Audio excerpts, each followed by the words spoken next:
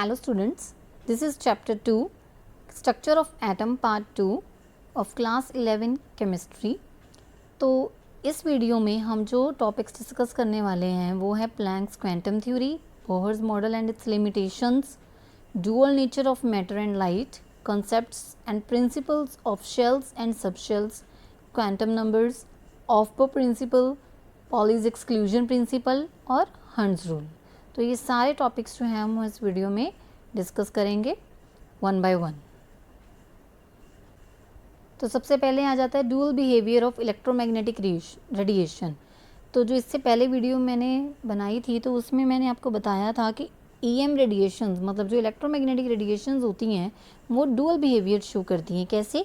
या तो वो एज अ पार्टिकल फॉर्म में आगे मूव करती है या फिर वो वेव फॉर्म में जाती है। तो from the study of behaviour of light scientist came to the conclusion that light and other electromagnetic radiations have dual nature. मतलब लाइट और जो EM रेडिएशंस होती हैं उनका नेचर डुअल नेचर होता है, दो फॉर्म में वो ट्रेवल करती है। These are wave nature as well as particle nature. Whenever radiations interact with matter, जब भी आके कोई चीज़ रेडिएशंस जो होती हैं वो मैटर के साथ इंटरेक्ट करती हैं तो it displays particle like properties. तो ये normally particle like properties show करती हैं in contrast to the wave like properties. या फिर दूसरी कर सकती हैं वेव लाइक प्रॉपर्टीज़, ये वाली जिसको हम इंटरफेरेंस और डिफ्रैक्शन भी बोलते हैं, which it exhibits when it propagates. जब भी वो फैलती हैं तो ये दोनों डुअल नेचर जो होती है वो शो करती है। सो सम माइक्रोस्कोपिक पार्टिकल्स जो होते हैं, बहुत छोटे साइज़ के जो पार्टिकल्स होते हैं जैसे कि electrons, also exhibit these wave particle duality. तो ये शो करते हैं इलेक्ट्रॉन्स। तो सबसे पहले आ जाते हैं स्पेक्ट्रम। इसमें पहले देखते हैं स्पेक्ट्रम क्या होता है, फिर हम देखेंगे कि आगे वो। तो सबसे पहले देखते हैं इसमें स्पेक्ट्रम क्या होता है।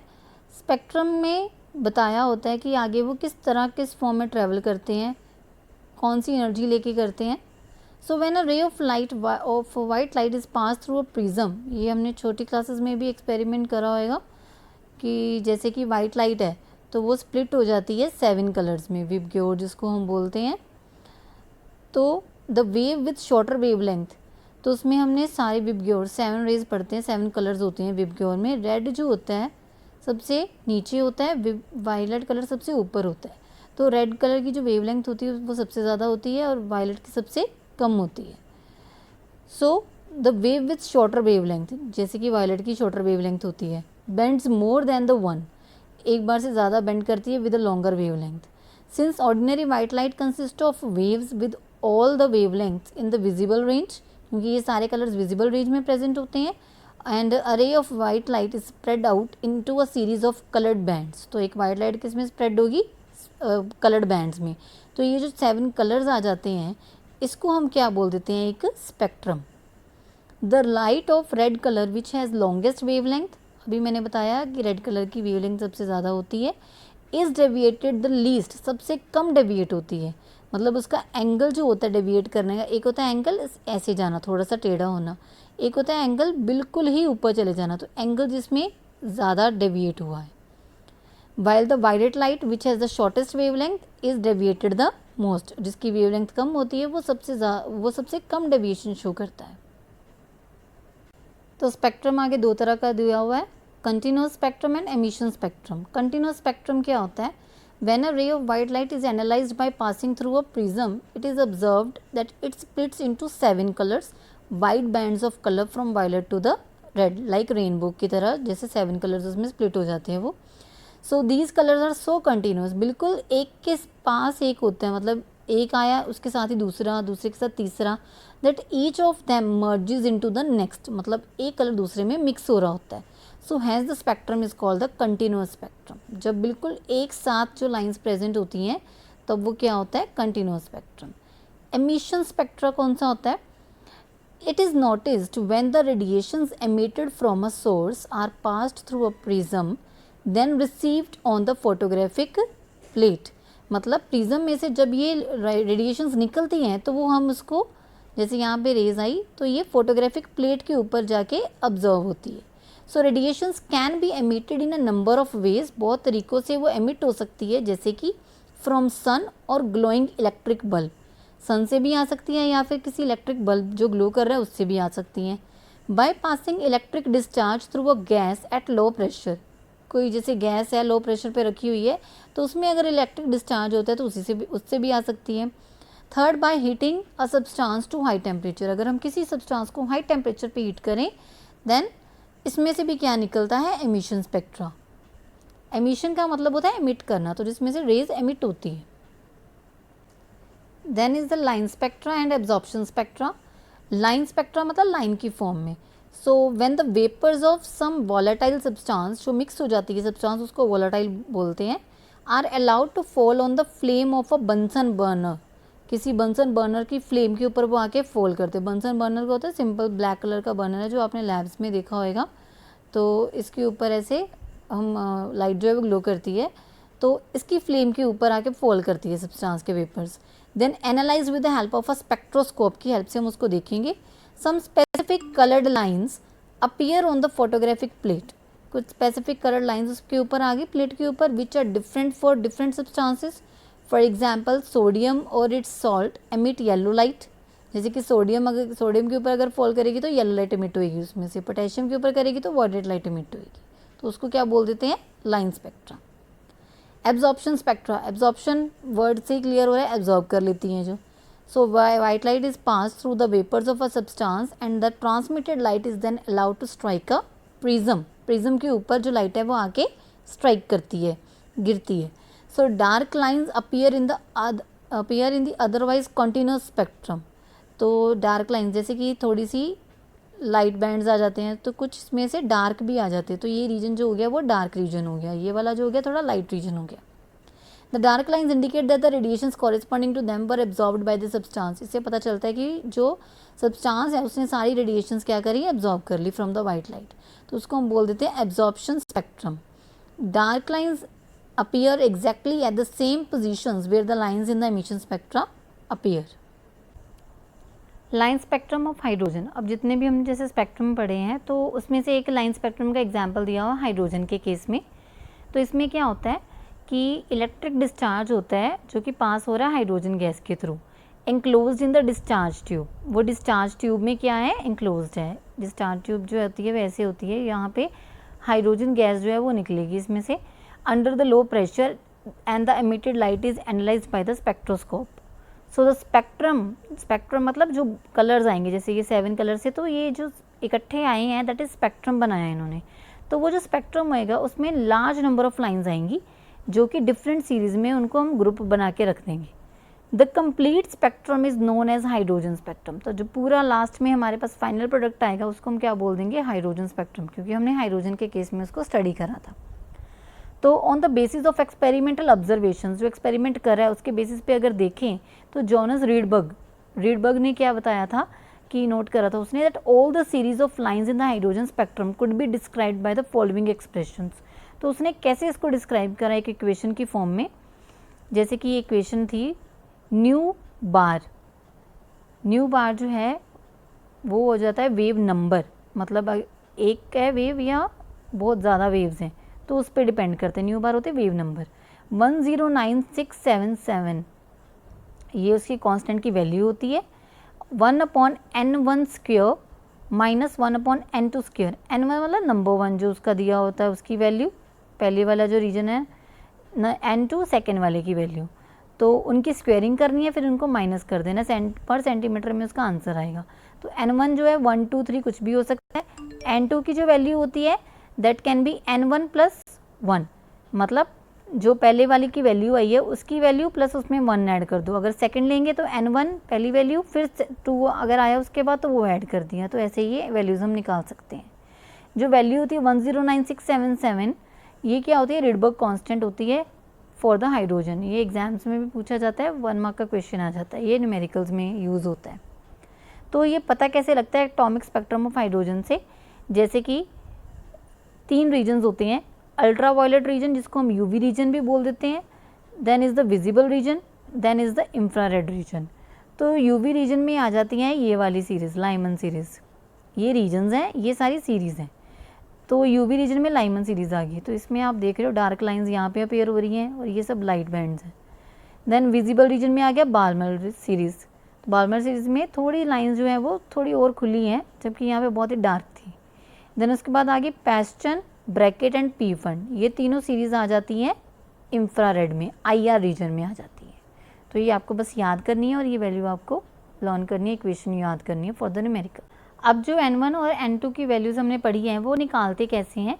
तो किसी भी पर्टिकुलर सीरीज़ के लिए जैसे हमने निकालनी है तो वैल्यू ऑफ N1 जो है वो कांस्टेंट रहेगी और जो N2 की होगी वो चेंज करेगी वैल्यूज़। तो लाइमन सीरीज़ के लिए निकालनी है। लाइमन सीरीज़ के लिए क्या होएगा, N1 की वैल्यू जो होगी वो, वैसे तो ये जो N1 और N2 है ये दोनों क्या होते हैं, इंटीजर्स होते हैं। तो इंटीजर्स की वैल्यू जो वेरी करती रहती है, लेकिन इसमें क्या करते हैं, फिक्स कर देते हैं हम। जैसे N1 की वैल्यू 1 है तो N2 उसके आगे वाली वैल्यूज होगी 2, 3, 4, 5। बाल्मर सीरीज़ के लिए क्या होएगा, N1 की वैल्यू होगी 2 तो उसके आगे वाली वैल्यू जो होगी वो N2 की हो जाएगी 3, 4, 5, 6। पैस्टन सीरीज़ के लिए 3, N1 की वैल्यू, N2 की वैल्यू 4, 5, 6, 7। ऐसी ब्रैकेट सीरीज़ के लिए और पी फंड सीरीज़ के लिए भी होती है ये 6, 7, 8, 9। तो ये 5 सीरीज़ दी हुई हैं N1 की वैल्यूज़ के लिए। And thus by substituting the values of N1 and N2 in the above equation, wavelengths and wave numbers of different spectral lines can be calculated. तो हम इससे कैलकुलेट कर सकते हैं वैल्यूज़ को। When N1 is equal to 2, so the expression given above is called the Balmer's formula. अभी हमने पढ़ा कि N1 की वैल्यू अगर 2 होगी तो ये बार्मर सीरीज़ है, तो बार्मर्स फॉर्मूला बन जाएगा वो। Bohr's model of atom. Bohr's model of atom आपने लोअर क्लासेस में भी पढ़ा हुआ है।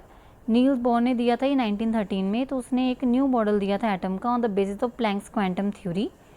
तो क्या थे इसके मेन पॉइंट्स इस मॉडल के, सबसे पहले जो इलेक्ट्रॉन्स जो हैं वो रिवॉल्व करते हैं around the nucleus in certain definite circular paths called the orbits. जैसे ये न्यूक्लियस है तो न्यूक्लियस के अराउंड जो है वो ऐसे ऑर्बिट्स बने होते हैं, सर्कुलर पाथ्स बोलते हैं जिसको हम। तो यहाँ पे इलेक्ट्रॉन जो है वो रिवॉल्व करते हैं। Each orbit is associated with definite energy. हर एक की ऑर्बिट की अपनी एक एनर्जी होती है और इसको हम क्या बोल देते हैं, एनर्जी लेवल्स या एनर्जी शेल्स बोल देते हैं। इनको नंबरिंग करा जाता है 1, 2, 3, 4 या फिर KLMN से। Only those energy orbits are permitted for the electron. सिर्फ वही परमिटेड होते हैं in which angular momentum of the electron is the whole number multiple of h/2 pi. मतलब हर एक की एनर्जी ऑर्बिट की जो इलेक्ट्रॉन की वैल्यू होती है वो h/2 के बेसिस पे, 2 पाई बेसिस पे के ऊपर हम लेते हैं। तो एंगुलर मोमेंटम कैसे फाइंड आउट करते हैं, NH नंबर ऑफ इलेक्ट्रॉन्स जितने भी उसमें प्रेजेंट होंगे, that can be 1, 2, 3, 4 etcetera, NH/2 pi.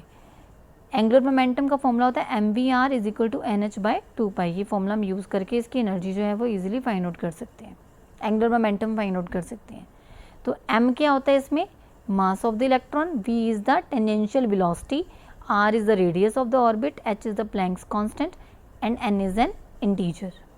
As long as electron is present in a particular orbit, जितनी देर तक एक ऑर्बिट में इलेक्ट्रॉन प्रेजेंट रहेगा ना तो ये एब्जॉर्ब करेगा ना ही ये लूज़ करेगा एनर्जी को, और जो इसकी एनर्जी है वो क्या रहेगी, हमेशा सेम रहेगी, कांस्टेंट रहेगी। When energy is supplied to an electron, अगर एनर्जी अगर हम एक इलेक्ट्रॉन को दे दें तो ये एनर्जी एब्जॉर्ब करेगा ओनली इन फिक्स्ड अमाउंट, जितनी अमाउंट दी है बस उतने में फिक्स करेगा। As quanta and jumps to, और क्वांटा के फॉर्म में करेगा और जंप करेगा हायर एनर्जी स्टेट में away from the nucleus known as the excited state. जैसे कि 2 स्टेट्स होती हैं, एक होती है ग्राउंड स्टेट, एक होती है एक्साइटेड स्टेट। तो जब इलेक्ट्रॉन नीचे ग्राउंड स्टेट में प्रेजेंट होता है और वो ऊपर जाता है इलेक्ट्रॉन लूज करके अपना, तो वो उसको क्या बोल देते हैं, एक्साइटेड स्टेट में प्रेजेंट है। So the excited state is unstable, ये अनस्टेबल होती है, मतलब यहाँ से भी आगे मूव करने के चांसेस होते हैं। तो इलेक्ट्रॉन में jump back to the lower energy, तो यहाँ से भी एनर्जी लूज करके फिर वो वापस आ जाती है नीचे। And in doing so it emits the same amount of energy, जितनी एनर्जी ऊपर जाने में लगी थी उतनी एनर्जी नीचे आने में भी लगी है, तो वो सेम एनर्जी जो है वो देते हैं, एमिट करते हैं। तो उसको फाइंड आउट कैसे करते हैं, जैसे कि ये पहले E1 थी और बाद में E2 थी, तो उसके लिए फॉर्मूला है ये वाला, change in energy E2 minus E1, final minus initial. तो अचीवमेंट्स क्या थी बोहर्स थ्योरी की। Bohr's theory has explained the stability of an atom, एक एटम की स्टेबिलिटी के बारे में इसने बहुत अच्छे से एक्सप्लेन करा था। It has helped in calculating the energy of electron, electron की एनर्जी कैलकुलेट करने में वेरी हेल्पफुल होती थी इसकी थ्योरी। इन हाइड्रोजन एटम के लिए बेसिकली एंड 1 इलेक्ट्रॉन स्पीशीज़ के लिए जिनमें 1 इलेक्ट्रॉन प्रेजेंट होता था। तो मैथमेटिकल एक्सप्रेशन क्या है इसकी एनर्जी के लिए, ये सिंपल फॉर्मूला है, बस इसको आपने याद करना है, इससे ज़्यादा नहीं आता है ये एग्ज़ाम्स में। तो En एनर्जी जो होती है -2 pi square M E mass of the electron, फिर इलेक्ट्रॉन की वैल्यू जो उसके ऊपर 4 जेड स्क्वायर एटॉमिक नंबर हो गया उसका, then N number of electrons जो प्रेजेंट है, R is the Rydberg's constant. देखो Z is atomic number, Rydberg constant, E charge of electron and M is the mass of electron. तो जो value आएगी सबको करके यूज़ करके वो लास्ट में आ जाएगी आपके पास ये वाली वैल्यू। तो हाइड्रोजन इलेक्ट्रॉन के लिए अगर हमने Z की वैल्यू जैसे 1 होती है तो यहाँ पे वो पुट कर दी, तो पुट करने पे हमारे पास जो वैल्यू आएगी that can be -1312 upon n square kilojoule per mole. तो ये जस्ट फॉर्मूला बताया हुआ है जिसकी वजह से हम इजीली कैलकुलेट कर सकते थे किसी इलेक्ट्रॉन के लिए एनर्जी को। Bohr theory is explain the atomic spectrum of hydrogen atom. एक हाइड्रोजन एटम का एटॉमिक स्पेक्ट्रम भी बोहर थ्योरी ने एक्सप्लेन करा था। अब अचीवमेंट्स के साथ कुछ कमियां भी थी बोहर्स मॉडल में। जैसे पहले थी the theory could not explain the atomic spectra. इसने एटॉमिक स्पेक्ट्रा के बारे में कुछ भी एक्सप्लेन नहीं करा। कंटेनिंग मोर देन 1 इलेक्ट्रॉन, एक इलेक्ट्रॉन के लिए तो उसने बता दिया, लेकिन एक से ज़्यादा होंगे या फिर मल्टी इलेक्ट्रॉन एटम्स होंगे तो उसमें क्या करना था वो नहीं एक्सप्लेन करा।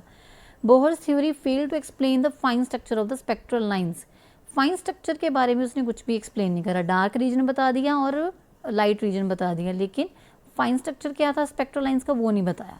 Bohr theory could not offer any satisfactory explanation of Zeeman effect and Stark effect. मतलब लाइट जो है वो आगे स्टार्क इफेक्ट जैसे देती है, तो ये अलग अलग दोनों इफेक्ट्स हैं, तो इसके बारे में उसने कुछ भी एक्सप्लेनेशन नहीं दी अपनी थ्योरी में। Bohr's theory fail to explain the ability of atoms to form the molecule formed by the chemical bonds. जो ये थ्योरी थी वो फेल होगी, इसकी मतलब इसने बताया नहीं एटम्स की क्या एबिलिटी होती है, वो मॉलिक्यूल्स बनाते कैसे केमिकल बॉन्ड्स के थ्रू।